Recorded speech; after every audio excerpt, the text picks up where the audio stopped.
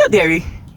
Is it okay to be that believer that on Sunday you're holding your position as a leader in church, singing or being the ushering leader, organizing people, and later on you're also that believer on a Saturday night, clubbing, having fun, drinking, wearing skimpy outfits, and calling yourself, "Oh, I'm a Jesus baby." You get like, what do you think, Derry? Like seriously, how did you even get here to start with? What if you saw Jesus in a nightclub in our generation, jumping and inappropriately dressed, and drinking and dancing to songs with demeaning lyrics? Would that be the Jesus you know? Would that be fine? Would that be the Jesus we believe in? And Christians were called Christians because they were supposed to be like Jesus. I ask again, how did we even get here? Why it has suddenly become normal for that so-called Jesus baby boy, baby girl that we see spitting and spilling out tongues on Sunday on the pulpit, singing songs of praise and worship, and for a second it's as if heaven would just fall down.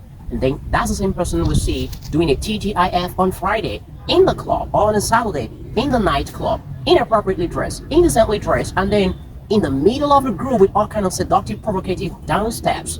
I mean, they call it social life. But Jesus did not have a different social life from his spiritual life. So I don't really get where this whole thing is coming from. And I see a lot of postings online. Some of these people post their pastors in, very close relationship encounters with them.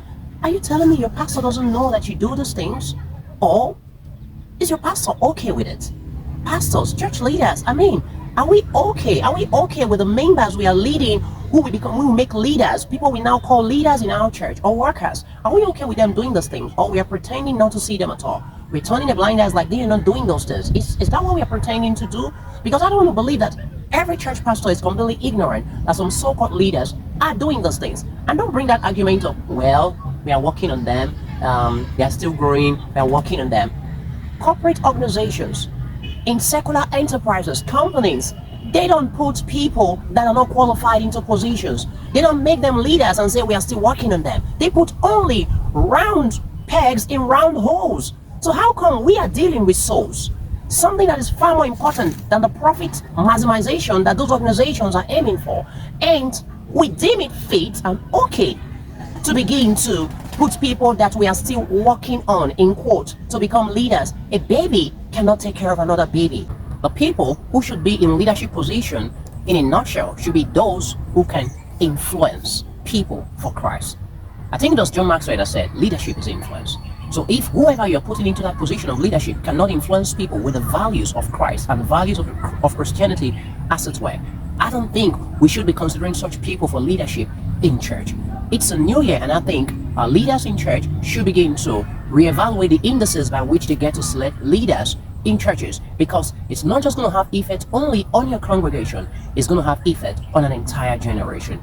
And you see, if you pass the wrong message to a generation, you will have questions to answer to God someday, sometime. So, in a nutshell, let's begin to reevaluate how we put leaders, who should be leaders in churches, because we need to stop misrepresenting Jesus everywhere.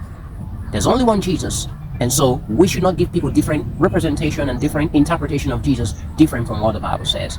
Thank you very much. And by the way, Happy New Year!